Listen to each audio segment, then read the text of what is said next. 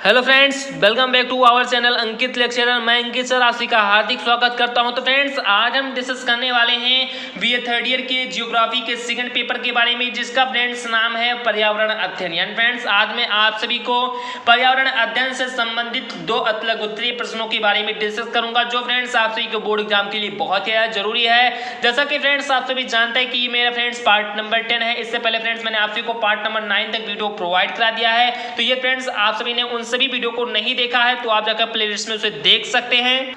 और साथ ही साथ में फ्रेंड्स आप सभी को ये भी बताना बहुत ज़्यादा जरूरी समझता हूँ कि जैसे फ्रेंड्स आप सभी जानते हैं कि जो फ्रेंड्स हम लोगों का टारगेट होता है, जैसा कि फ्रेंड्स आप सभी जानते हैं कि जो फ्रेंड्स हम लोगों का टारगेट होता है वो फ्रेंड्स होता है अपने हर एक सब्जेक्ट में 90% प्लस अचीव करना। तो ये फ्रेंड्स आप सभी का भी सपना है 90% से ज़्यादा नंबर लाने का हर एक सब्जेक्ट में। तो आप लोग जरूर से जरूर इस चैनल को क्या कर लेना फ्रेंड्स, सब्सक्राइब कर लेना, क्योंकि फ्रेंड्स मैं इसी टारगेट के साथ अपने इस यूट्यूब चैनल पर तैयारी करा रहा हूँ। आपको फ्रेंड्स मैं 16 सब्जेक्टों का बहुत ही जबरदस्त तरीके से कॉन्सेप्ट दे रहा हूँ। तो ये फ्रेंड्स आप सभी को भी 90% से ज्यादा नंबर लाना है। ये फ्रेंड्स आप सभी को अपने माता पिता का सपना पूरा करना है, तो जरूर से जरूर आप सभी इस चैनल को सब्सक्राइब कर लेना, वो वीडियो को लाइक कर देना, जिससे फ्रेंड्स आप सभी को जितने भी वीडियो आएंगे उन सभी वीडियो के द्वारा आप सभी बहुत ही जबरदस्त तरीके से अपने जो प्रिपरेशन है वो कर पाए। तो चलिए फ्रेंड्स, देखते हैं कि वो कौन से दो अतलग उत्तरीय प्रश्न है। जिससे फ्रेंड्स हमारा सबसे पहला प्रश्न है वो बहुत ज्यादा इंपॉर्टेंट प्रश्न है, वो फ्रेंड्स है बाघ परियोजना। यानी फ्रेंड्स कौन सा परियोजना, तो वो फ्रेंड्स बाघ परियोजना। अब चलिए फ्रेंड्स फटाफट सीख लेते हैं कि आखिरकार बाघ परियोजना आखिरकार क्या होता है।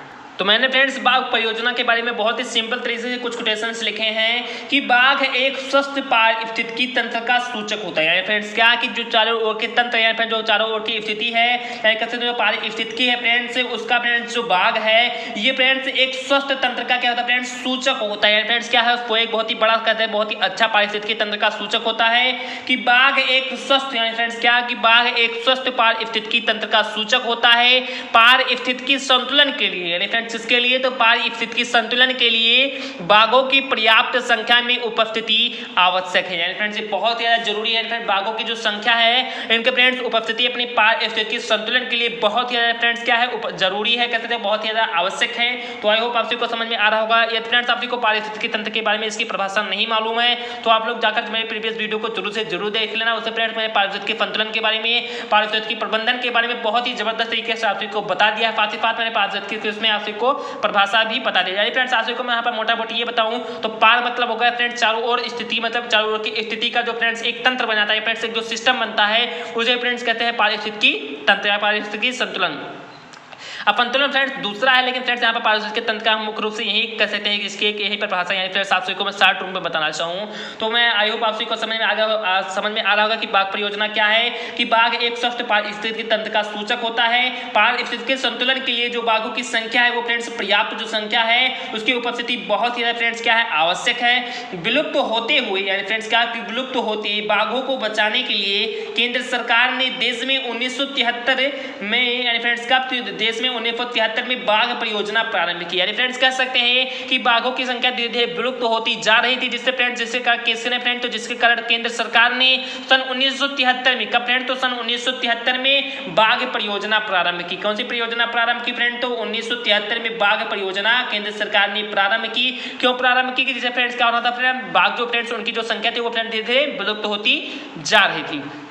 और फ्रेंड्स आप सभी को मैं ये भी बताना चाहूँ कि बाघ परियोजना के अंतर्गत बाघों को संरक्षण के लिए प्रारंभ में 9 बाघ रिजर्व क्षेत्र बनाए गए। यानी फ्रेंड्स कितने रिजर्व क्षेत्र बनाए गए, तो कह सकते हैं कि फ्रेंड्स यहाँ पर आप सभी देखना कि बाघ परियोजना के अंतर्गत यानी फ्रेंड्स परियोजना के अंतर्गत तो 1973 में जो दी गई परियोजना थी यानी फ्रेंड्स बाघ परियोजना थी, इसके अंतर्गत कह सकते हैं कि बाघों के संरक्षण के लिए, किसके संरक्षण के लिए फ्रेंड, तो बाघों के संरक्षण के लिए प्रारंभ में 9 बाघ रिजर्व क्षेत्र यानी फ्रेंड्स जो 9 बाघ यानी फ्रेंड्स प्रारंभ में जितने भी बाघ थे उन सभी के संरक्षण के लिए 9 बाघ रिजर्व क्षेत्र बनाए गए। जिसमें फ्रेंड्स हमारे ये क्षेत्र कुछ इस प्रकार से थे, जिसमें फ्रेंड्स हमारा जो पहला क्षेत्र था वो फ्रेंड्स था बांदीपुर, दूसरा था कारबेट, तीसरा था फ्रेंड्स कान्हा, चौथा था फ्रेंड्स मानस, पांचवा था फ्रेंड्स मेलघाट, छठवा था फ्रेंड्स पालामऊ और फ्रेंड्स सातवां था रणथंभौर, उसके बाद फ्रेंड्स हमारा आठवां था सिमलीपाल तथा फ्रेंड्स नौवां था सुंदरवन। यानी फ्रेंड्स आप सभी को समझ में आ रहा होगा कि सुंदरवन फ्रेंड्स सबसे बड़ा कह सकते हैं कि जो सुंदरवन का डेल्टा वो फ्रेंड्स सबसे बड़ा डेल्टा है और फ्रेंड्स जो सुंदरवन वन है वो भी फ्रेंड्स कह सकते हैं बहुत ही बड़ा वन है, जैसा कि आप सभी ने इसके बारे में इसका नाम सुना भी होगा। तो फ्रेंड्स कह सकते हैं कि बाघ परियोजना के लिए या फ्रेंड्स बाघ संरक्षण के लिए फ्रेंड्स 9 बाघ रिजर्व क्षेत्र बनाए गए थे, जिससे फ्रेंड्स हमारे जो रिजर्व क्षेत्र है वो कुछ इस प्रकार से थे, जिससे फ्रेंड्स हमारा बांदीपुर, कालबेट, कान्हा, मानस, मेलघाट, पालामऊ, रणथंभौर, सिमलीपाल तथा सुंदरवन आदि फ्रेंड्स क्या थे, सम्मिलित थे। तो आई होप आप सभी को समझ में आ रहा होगा। उसके आगे मैंने फ्रेंड्स क्या लिखा है, आप सभी यहाँ पर फिर थोड़ा फोकस करके देख लेना। मैंने फ्रेंड्स इसके आगे लिखा है कि इनका कुल क्षेत्र 16,339 वर्ग किलोमीटर था। यहाँ पे जितने भी ये क्षेत्र थे इन सभी का फ्रेंड्स कह सकते हैं जो कुल क्षेत्र था वो फ्रेंड्स था 16,339 वर्ग किलोमीटर। इनमें 268 बाघ थे। कितने बाघ थे फ्रेंड्स? तो 16,339 वर्ग किलोमीटर में 268 बाघ थे। इनमें 2750 वर्ग किलोमीटर में विस्तृत सिमलीपाल रिजर्व सबसे बड़ा था। यानी कह सकते हैं कि जो फ्रेंड्स सिमलीपाल था वो फ्रेंड्स केवल एक अकेला ही 2750 वर्ग किलोमीटर में कह सकते हैं कि विस्तृत है। यानी कह सकते हैं कि फ्रेंड्स ये जितने भी कह सकते हैं कि जो बाघ रिजर्व क्षेत्र बनाए गए थे इनमें फ्रेंड्स जो सिमलीपाल था वो फ्रेंड्स सबसे बड़ा रिजर्व क्षेत्र था, जो फ्रेंड्स 2750 वर्ग किलोमीटर तक फैला हुआ था। तो आई होप आप सभी को बाघ परियोजना समझ में आ गया होगा कि बाघ परियोजना कह सकते हैं कि बाघ को सुरक्षित करने के लिए फ्रेंड्स 1973 में एक परियोजना चलाई गई, जिसमें फ्रेंड्स 9 बाघ रिजर्व क्षेत्र भी बनाए गए, जिसमें फ्रेंड्स हमारे बांदीपुर, कालबेट, कान्हा, मानस, मेलघाट, पालामऊ, रणथंभौर, सिमलीपाल तथा सुंदरवन आदि कह सकते हैं सम्मिलित थे। जैसे फ्रेंड्स हम कह सकते हैं कि 16,339 वर्ग किलोमीटर में 268 बाघ हमारे सम्मिलित किए गए थे। जिससे फ्रेंड्स जो हम लोगों का जो सिमलीपाल था वो फ्रेंड्स सबसे बड़ा रिजर्व बाघ क्षेत्र था, जिससे फ्रेंड्स हम कह सकते हैं जो 2750 वर्ग किलोमीटर तक फैला था। तो आई होप आप सभी को मैंने यहाँ पर एक बार इसका रिवीजन भी करवा दिया। तो आई होप आप सभी को बाघ परियोजना समझ में आ गया होगा। अब चलिए फ्रेंड्स हम देख लेते हैं कि जो फ्रेंड्स हम लोगों का सेकंड क्वेश्चन है वो भी आखिरकार क्या। तो जो फ्रेंड्स हमारा जो सेकंड क्वेश्चन है वो फ्रेंड्स जैसा कि आप सभी जानते हैं कि बहुत ही जरूरी है। तो फ्रेंड्स हमारा जो सेकंड क्वेश्चन है वो फ्रेंड्स है ओजोन क्षरण के बारे में। फ्रेंड्स ओजोन का जो जैसा कि आप सभी जानते हो जो ओजोन परत है उसका फ्रेंड्स धीरे धीरे क्षरण होता जा रहा है। तो आज फ्रेंड्स हम ओजोन क्षरण के बारे में बहुत ही जबरदस्त तरीके से सीखेंगे कि ओजोन क्षरण आखिरकार क्या होता है। या फ्रेंड्स आप सभी को इसके बारे में जानकारी नहीं है तो आप लोग जरूर से जरूर इसके बारे में जानकारी कुछ ना कुछ एकत्र कर लें, क्योंकि फ्रेंड्स ये बहुत ही इंपॉर्टेंट टॉपिक है। तो चलिए फ्रेंड्स देखते हैं कि ओजोन क्षरण आखिरकार क्या होता है। तो मैंने फ्रेंड्स यहाँ पर लिखा है कि ओजोन क्षरण का वर्णन 1970 के दशक में आया। यानी फ्रेंड्स कब आया? तो फ्रेंड्स जो ओजोन क्षरण है या फ्रेंड्स जो ओजोन अवक्षय है इसका फ्रेंड्स जो वर्णन हुआ है वो फ्रेंड्स 1970 के दशक में आया था। यानी फ्रेंड्स कब आया था? तो इसका फ्रेंड्स वर्णन 1970 के दशक में आया था। पृथ्वी के समताप मंडल में, यानी फ्रेंड्स कहां पर? तो पृथ्वी के जो जैसा कि आप सभी जानते हैं कि पृथ्वी में 5 मंडल होते हैं, जिससे फ्रेंड्स वहां जो समताप मंडल होता है तो वहीं फ्रेंड्स ओजोन परत पाई जाती है। तो पृथ्वी के समताप मंडल में ओजोन की कुल मात्रा में प्रति दशक लगभग 4% की कमी आ रही है। यानी फ्रेंड्स कह सकते हैं कि उस समताप मंडल में जितनी भी ओजोन की मात्रा यानी फ्रेंड्स जो ओजोन था इसकी फ्रेंड्स जो कुल मात्रा थी उसमें फ्रेंड्स कह सकते हैं कि 4% की अब कमी आ रही है। यानी फ्रेंड्स कितने परसेंट की कमी आ रही है? तो फ्रेंड्स 4% की कमी आ रही है। फ्रेंड्स जैसा कि आपसे जानते हैं कोई भी चीज वो फ्रेंड्स अपने आप में कितना परसेंट रहता है? 100% रहता है। तो वो फ्रेंड्स कितना बताओ? तो फ्रेंड्स जो ओजोन पता तो वो कह सकते हैं 96% बचा और फ्रेंड्स उसमें 4% की अब क्या फ्रेंड्स आ रही है, तो कमी आ रही है। तो आई होप आप सभी को समझ में आ रहा होगा कि पृथ्वी के समताप मंडल में ओजोन की कुल मात्रा में प्रति दशक लगभग 4% की कमी आ रही है, जिस कारण पृथ्वी के ध्रुवीय क्षेत्रों के ऊपर समताप मंडल में ओजोन छिद्र की घटना सामने आ रही है। पर जब 4% की धीरे धीरे कमी क्यों हो रही है फ्रेंड्स? तो फ्रेंड्स इससे कमी होने के कारण क्या हो रहा है फ्रेंड्स? जो ओजोन छिद्र है उसकी जो घटना है फ्रेंड्स ध्रुवीय क्षेत्रों के आसपास है। फ्रेंड्स क्या बताया कि जो ओजोन छिद्र है वो फ्रेंड्स धीरे धीरे उसमें छिद्र यानी फ्रेंड्स ओजोन परत में एक धीरे धीरे छिद्र बनती हुई चली फ्रेंड्स जो उसकी घटना है वो हम लोगों के सामने आ रही है। तो आई होप आप सभी को समझ में आ रहा होगा। कह सकते हैं फ्रेंड्स कि इसका जो मूल कारण है वो फ्रेंड्स है ब्रोमीन परमाणु। यानी फ्रेंड्स क्या है कि इसका मूल कारक है यानी कि इसका जो मूल कारण वो फ्रेंड्स ब्रोमीन, क्लोरीन, क्लोरोफ्लोरोकार्बन व फ्रेयान है। यानी कह सकते हैं फ्रेंड जो हमारा ओजोन छिद्र है इसकी फ्रेंड जो ओजोन छिद्र की जो घटना है वो फ्रेंड जो हम लोगों के सामने आ रही है इसका फ्रेंड्स कह सकते हैं कि मूल रूप से यही फ्रेंड्स इसका कारण है कि जो फ्रेंड्स ब्रोमीन है, जो फ्रेंड्स हमारे क्लोरीन परमाणु है, क्लोरोफ्लोरोकार्बन है और जो फ्रेयान है ये फ्रेंड्स कह सकते हैं कि बहुत ही गंभीर कह सकते हैं कि ये फ्रेंड्स अणु होते हैं और फ्रेंड्स इन्हीं अणु के अधिक मात्रा में होने के कारण फ्रेंड्स क्या होता है कि ओजोन में धीरे धीरे छिद्र बढ़ता हुआ चला जा रहा है। और फ्रेंड्स इसके आगे मैंने फ्रेंड्स लिखा है कि ओजोन क्षरण से सूर्य से आने वाली हानिकारक पराबैंगनी किरणें यानी जो अल्ट्रावायलेट किरणें होती है वो जीवों व वनस्पतियों को हानि पहुंचाती है। यानी फ्रेंड्स बहुत ही मैंने सरल शब्दों में ये भी फ्रेंड्स लिखा है कि जैसा कि फ्रेंड्स आप सभी जानते हैं कि जो फ्रेंड्स सूर्य होता है उससे फ्रेंड्स अल्ट्रा वायलेट किरणें हमारी पृथ्वी पर आती हैं। फ्रेंड्स कैसी किरणें आती हैं, तो फ्रेंड्स सूर्य से निकलने वाली जो फ्रेंड्स किरणें होती है वो फ्रेंड्स होती हैं पराबैंगनी किरणें।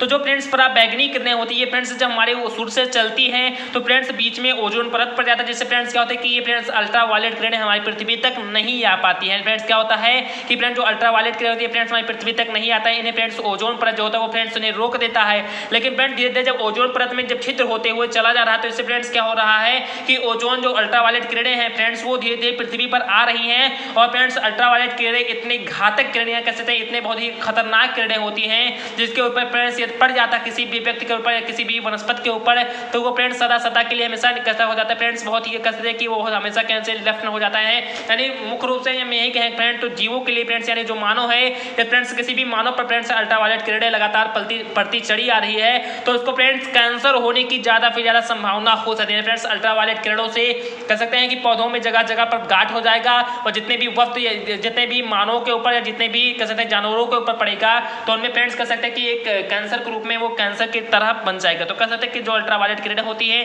वो बहुत ही गंभीर किरणें होती हैं। और फ्रेंड्स मैंने यहाँ पर और भी लिखा है आप सभी को बताने के लिए कि ओजोन लेयर ही इस हानिकारक किरण को पृथ्वी पर आने से रोकती है। यहाँ पर जो ओजोन लेयर होती है फ्रेंड्स जो अल्ट्रावायलेट किरणें होती हैं इसी को फ्रेंड्स पृथ्वी पर आने से रोकती है। इस कारण ओजोन परत का संरक्षण आवश्यक है। फ्रेंड्स इस प्रकार से हम कह सकते हैं जो फ्रेंड्स ओजोन परत होता है इसका फ्रेंड्स संरक्षण करना बहुत ही ज़्यादा फ्रेंड्स क्या है जरूरी है। तो आई होप आप सभी को ओजोन क्षरण समझ में आ गया होगा कि अब फ्रेंड्स क्या हो रहा है फ्रेंड्स की कुछ कह सकते हैं जो तत्व हैं कह सकते हैं जो कुछ प्रकार के गैस हैं जैसे फ्रेंड्स ब्रोमीन, परमाणु क्लोरीन, क्लोरोफ्लोरोकार्बन व फ्रेयान, इन सभी के फ्रेंड्स कारण क्या हो रहा है कि फ्रेंड्स हमारे जो समताप मंडल में जो ओजोन परत पाई जा रही है इसमें फ्रेंड्स धीरे धीरे छिद्रता या फ्रेंड्स इसके धीरे धीरे सामने ओजोन परत जो हमारे धीरे धीरे छीड़ हो रही है फ्रेंड्स धीरे धीरे उसका क्षरण हो रहा है। तो फ्रेंड्स इससे क्या हो कि ओजोन जो छिद्र है उसमें फ्रेंड्स जो ओजोन परत है उसमें धीरे धीरे छिद्र दिखाई दे रहा है। जैसा कि आप बड़ी बात जानते हैं कि जो फ्रेंड्स ओजोन परत होता था वो फ्रेंड्स लगभग प्रॉपर मात्रा में हर जगह फैला होता, लेकिन फ्रेंड्स अब उसमें 4% की कमी भी दिखाई दे रही है। तो ये फ्रेंड्स जो ओजोन छिद्र होता है इससे फ्रेंड्स ओजोन परत का यही एक मुख्य रूप से कार्य है कि इस से आने वाली जो फ्रेंड्स अल्ट्रावायलेट किरणें होती हैं इनको फ्रेंड्स ये रोकता है। और फ्रेंड्स जो अल्ट्रावायलेट किरणें फ्रेंड्स हमारी पृथ्वी पर चली आती हैं तो वो फ्रेंड्स यहाँ पर उपस्थित जीव पर व वनस्पतियों पर बहुत ही घातक रूप से अपना प्रहार करती है, जिससे फ्रेंड्स कह सकते हैं कि पौधों में गांठ प्रकार का एक फ्रेंड्स रोग हो जाता है।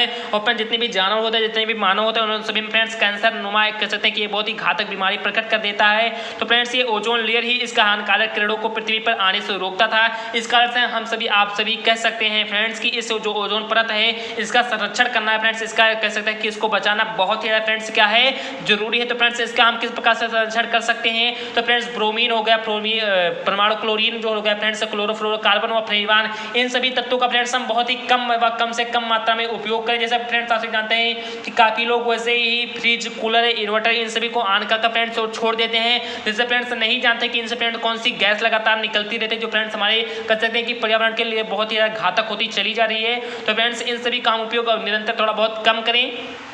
तो आई होप आप सभी को समझ में आ रहा होगा कि किस प्रकार से हम अपना ओजोन क्षरण का कह सकते हैं कि बचाव या उसका संरक्षण कर सकते हैं। तो आई होप आप सभी को समझ में आ रहा होगा कि ओजोन संरक्षण क्या है या बाघ परियोजना क्या है। तो फ्रेंड्स आप सभी को ये दोनों टॉपिक समझ में आ गए हों तो मैं फ्रेंड्स आप सभी से हार्दिक रिक्वेस्ट करता हूँ कि प्लीज़ इस वीडियो को कहते फ्रेंड्स लाइक कर दीजिए, चैनल पर नए हो फ्रेंड्स तो चैनल को सब्सक्राइब कर दीजिए, क्योंकि फ्रेंड्स सब्सक्राइब जब तक आप लोग नहीं करेंगे तब तक फ्रेंड्स आप सभी को हर एक वीडियो का नोटिफिकेशन नहीं मिल पाएगा। तो आप लोग जरूर से जरूर चैनल को सब्सक्राइब कर लेना, साथ ही साथ कमेंट करके ये कमेंट में बताएं कमेंट बॉक्स में कि आप सभी को ये वीडियो कैसा लगा, वो आप सभी को जो नेक्स्ट वीडियो को कौन से टॉपिक पर चाहिए। और सबसे ज़्यादा इंपॉर्टेंट बात है फ्रेंड्स कि आप लोग का क्या करना, ज़्यादा से ज़्यादा इस वीडियो को शेयर करना। तो चलिए फ्रेंड्स मिलते हैं अपने अगले वीडियो में। जय हिंद जय भारत। जैसा कि आप सभी को ओजोन क्षरण व बाघ परियोजना समझ में आ गया हो, या फ्रेंड्स आप सभी को कुछ भी इसमें डाउट लग रहा है तो आप लोग जरूर से जरूर कमेंट बॉक्स में कमेंट कर देना, मैं फ्रेंड्स इसके लिए एक कॉमन वीडियो बना दूंगा।